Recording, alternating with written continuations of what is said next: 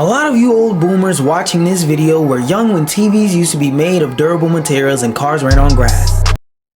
Because they were horses, pulling covered wagons along the Oregon Trail. A 64-bit CPU console made by Nintendo was released and aptly named the Nintendo 64. Approximately 4 years after the release of this console, or 999 years after the year 1000, a game was released that would change the gaming taste of many of you forever. The name of that game was Pokemon Stadium. But what I want to talk about today is called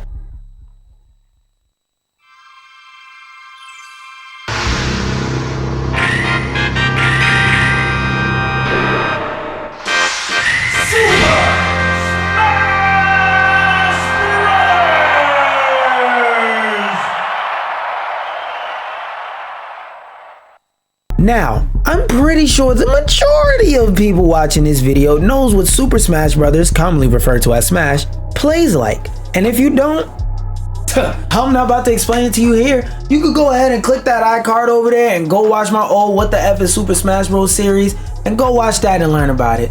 Otherwise, shit out of luck, nigga. You just gonna have to figure it the fuck out through gameplay clips in this video. There are so many people who have played that game and enjoyed it, but are sometimes looking for something different. Whether it's because they want a game that has more mechanical depth, a game with more polish, a game with different crossover characters, or maybe even a game that has completely different fundamental mechanics, sometimes you just want to play something else. And I'm here to tell you what the best out of those something else options are. Now obviously games in the traditional series aren't going to be talked about in this series, but neither is my favorite one of all time, aka the game that got me into the genre in the first place, Super Smash Bros. 2. Now I know what you're thinking.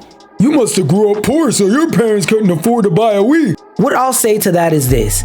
A, my father is a gamer too, so actually I grew up with a Wii in every household I stayed in, bitch ass nigga. And B, because my parents actually parented me, most of my gaming as a jittery was in school in the computer lab.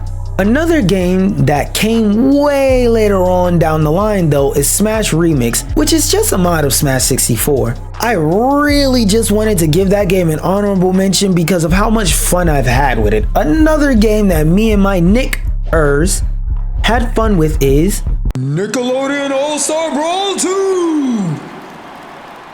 aka NASB. NASB is a platform fighter franchise that stars multiple Nickelodeon characters such as SpongeBob Parallelogram Pants, 2 of the exaggeratedly swaggy Teenage Mutant Negro Turtles, and Avatar, the Rotten Tomatoes score bender! That can duke it out in iconic locales such as on top of the roof of a loud house and during the redacted due to being an Avatar core spoiler. Gameplay wise, I enjoy the fact that because the developers were given free reign, you know, something a lot more studios need to do, they were able to make characters that are mechanically rich with a wide variety of playstyles that allow for various different types of skill expression. You want to play a zoner that's heavy as fuck and just doesn't dive, then pick Plankton. If you trying to press every button on your controller and have something good happen, then just pick You enjoy gripping on your friends' exteriors with maximum efficiency? Then all you gotta do is pick Patrick and put your pink palms all over your friend's pussy ass body. Just to get it out of the way, yes, this game does include the dreaded mechanic of wave dashing. Don't worry though, they include horizontal wave dashing just in case you have old man hands. Like me.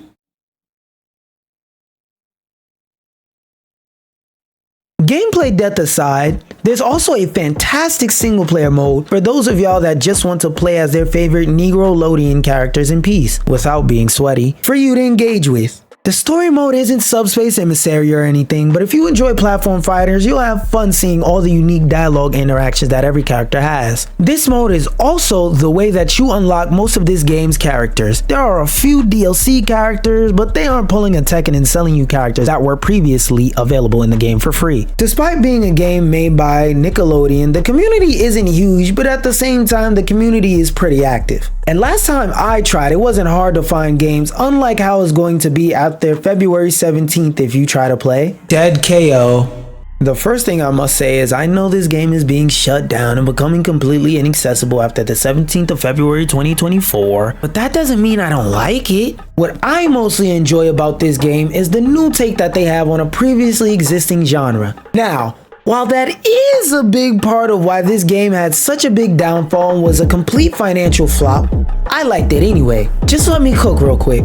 What other platform fighter is in a third-person free cam view? Please, genuinely, if you know another one, please let me know what it is. Because like I said, on the 17th of February 2024, this game is shutting down and I won't be able to... Sorry, I had a little bit of a moment. But if you do know another platform fighter that plays in a third-person free cam type of view, please let me know what it is. Because again, this one shuts down after February and will probably be unplayable until the universe collapses in on itself. I personally can't name anything close to it, and that's why I enjoy it. Divine Knockout has managed to stand out in a genre that already stands out like a huge albino pecker in a BBC Mandingo convention. You're one of us, but just barely.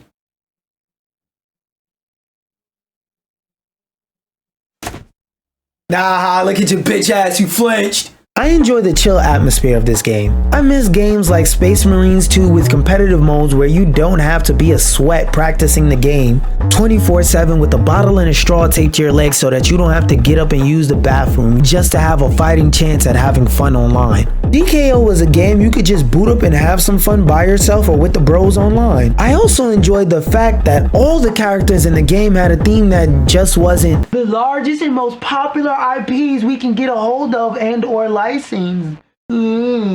All of the characters in DKO are based on mythological figures from different cultures. They have Zeus the sister fucker from Greek mythology, King Arthur from the mythology of those sickos who made blood pudding and beans on toast, and Son Goku from Chinese mythology, just to give a few examples. Now this game is low on my list for a reason. While I may enjoy the combat in the game greatly, it does have a few glaring issues outside of that. The game is damn near impossible to preserve for the simple fact that it's an online-only game that has no local multiplayer or single-player modes at all. If you want to play this game but you don't want to go online and face other people, GG's hoe ass nigga, that's your only option. Another problem with this game that they slowly had to fix is that previously it was confusingly monetized. It wasn't as bad as like a multiverses, let's say, where they charge you for everything and they have 600 different currencies that all lead back to trying to force you to spend real life money. They just had an in general confusing system implemented for unlocking characters through natural game progression, which is something I've done several times without having to play for 40,000 hours, unlike in shitty verses. It just wasn't clear when I was doing so. I will say, it was kind of scummy to make people pay for a game just to turn around and ask them to pay for the characters in the game they already purchase and more microtransactions, and again, a paid game. Despite all those things though, I enjoyed the game for what it is, and I'm sad that after the 17th of February 2024, this game will become 100% inaccessible as far as I know. Now, hopefully Hi-Rez just takes the servers offline and lets you play against AI bots or something so that this game that people paid for, that turned around and went free to play afterwards, is still accessible for those who want to enjoy its gameplay, still can. Also, please, for the love of God, please! Add split screen for local multiplayer before the servers go offline so that people can enjoy local multiplayer just like they can in Kirby Fighters 2! The first thing I want to mention about this game is that it was made by HAL Laboratories themselves. Now, if you're a little bit slow, let me point this out.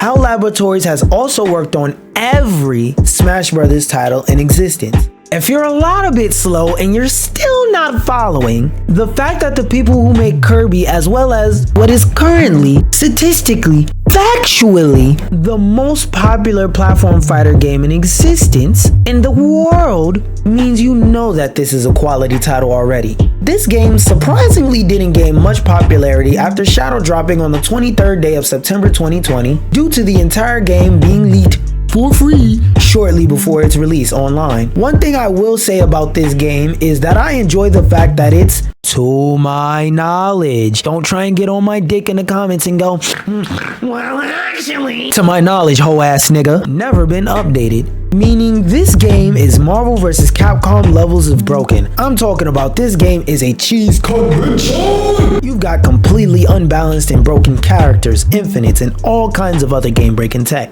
A community edition does exist, but that's not an official update, so who cares? What I love about this game is not only its simplicity, but how much of a fun hybrid it is between a platform fighter and a traditional fighter that leans more on the traditional fighter side. Part of that, I think, is because they wanted the game to be simpler for jitteries who always fall off the edge of the stage when playing Smash, but no children play this game, so what it really does is make it so that a lot of the characters are able to engage in broken as fuck combos. Unlike Rivals 2, when this game released, it was jam-packed with a few other fun things to do besides online, including a traditional arcade mode, a story mode, and a whole host of unlockables that you can earn whilst playing the game.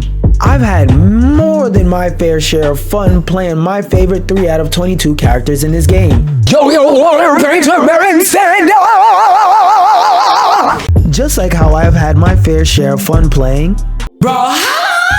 Out of every game on this list, this is the only one that's actually still active, and that's for a good reason. Blue Mammoth has done everything right with this game in terms of gameplay and the game wrapped around it itself. It's a free-to-play game that you can play for 8 years, never spend a dime on, and still enjoy on every level. I know this because I'm speaking from experience, because I've been playing this game for 8 years. I've never spent a dime on it, and I've been enjoying it on every level. When it comes to the actual gameplay of Brawlhalla, where do I even begin?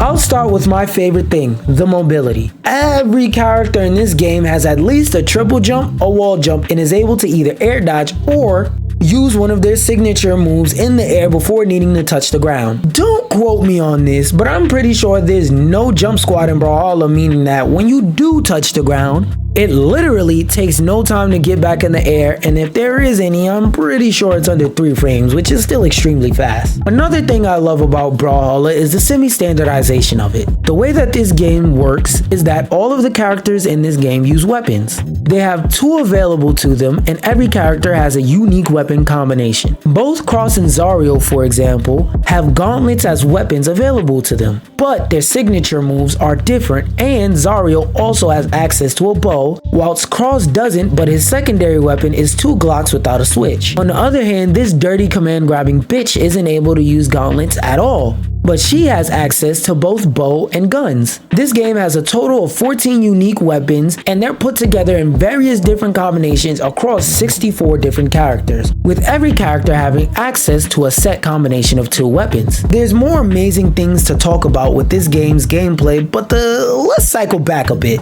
I want to talk about this game's monetization scheme. In terms of free-to-play consumer-friendly schemes that actually make money, this is up there with the Fortnites. Unlike shitty verses, in this game it doesn't take 40 plus hours of in-game gameplay time to unlock any given character. It takes about 2 to 3 hours if you're on a mean-ass losing streak, but it could be done in a day in a reasonable amount of time. There's also a $40 package that you can buy that automatically unlocks every character currently in the game and every future character that will ever enter the game. This is in addition to the plethora of collab skins that they have, which include franchises such as Kung Fu Panda, WWE, SpongeBob, Adventure Time, Lara Croft, Benjamin Tennyson, AMC's The Walking Dead, and more. I will admit, I don't enjoy its crossover content nowhere near as much as I do in Brawlhalla.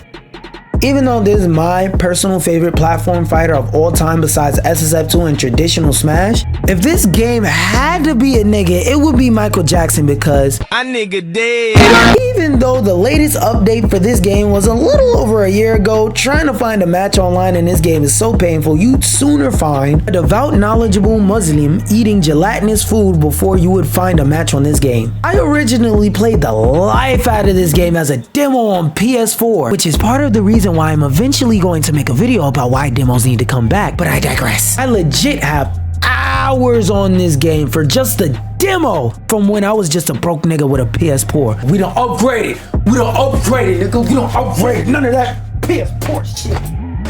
My PS4 is on the shelf and I got a PC now. I'm up. I got that shit on the Steam sale for like $2. I'm up now. We're not poor anymore. We're not impoverished. We made it out. I legitimately love everything about this game. It has all the basics that any fighting game needs: a tower mode, an arcade mode, local multiplayer, all characters being unlockable, and fire alternate costumes that aren't paid cosmetics. The literal only complaint about this game is that I can't put jump on a back trigger, and sometimes the characters match the background in a bad way. Honestly though, those are minor nitpicky ass complaints. The game still feels amazing to play, has great character variety, and just all around makes it a blast to play with yourself or with the homies that your freaky ass put over there. If your freaky ass also wants to hear about why the has tend not to enjoy long games or your short 2-inch unarousal machine, then go ahead and watch the video in the middle of your screen. I promise you'll enjoy it. Unlike the has when it comes to your 2-inch unarousal machine.